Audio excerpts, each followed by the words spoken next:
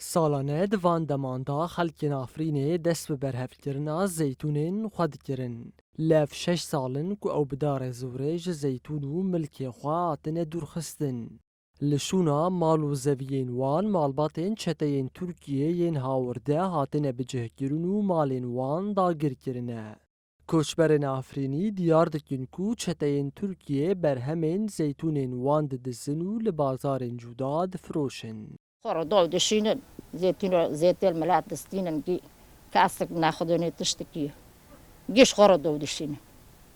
إذا ما چند تالیس خوبی بین دگوش گش ماستوند.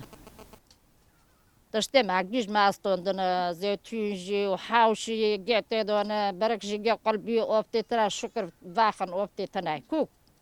و حازوندن عرضه گه حازی دگو گه پاکی بلا آفتنای داخل.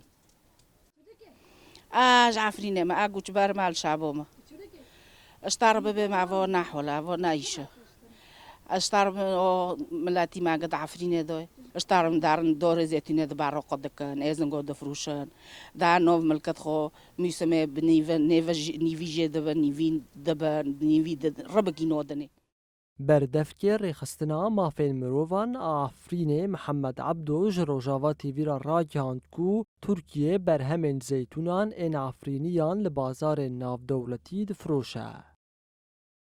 هر سال جی اف برهمن زیتونا یان آفرینه دولت ترک بریکا والی هاتای هن کسان وک امبیجن سرچتین وک عمشت و جبلی وانان اف زیتونان آفرینه کم دکه به دار زوره آنجی ددزه و بریکا والی هاتای بان درباسی آنجی کارگه هندا اف دربازی شیشان دبن دربازی اوروپا دبن بناب ترکی اف آرمان جوه خویای آرمان جوه کو دولت ترک آفرینه وکه امبیجن محافظه خو آنجی ولایت که خوی ترکی ده حسبینه هریما چیای کرمینج کو بزیتونین خوانافداره پشتی داگرکرنه جبلی دزینه خوازای ویجی ده چول کرن. جلوره جنگه پاریز تکز دکن کو خوازای آفرینه لبر قرکرنه که مترسی داره.